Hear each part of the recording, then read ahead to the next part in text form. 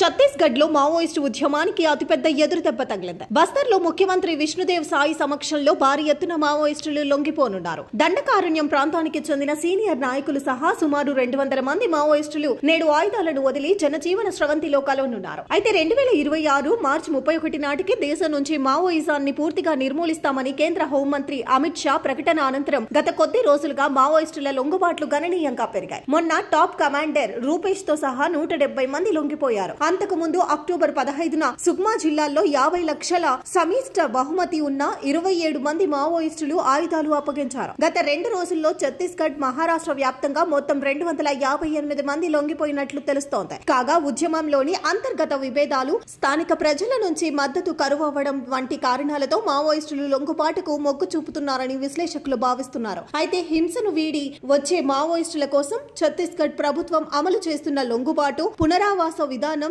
సత్ఫలితాలనిస్తోందని చెప్పవచ్చు.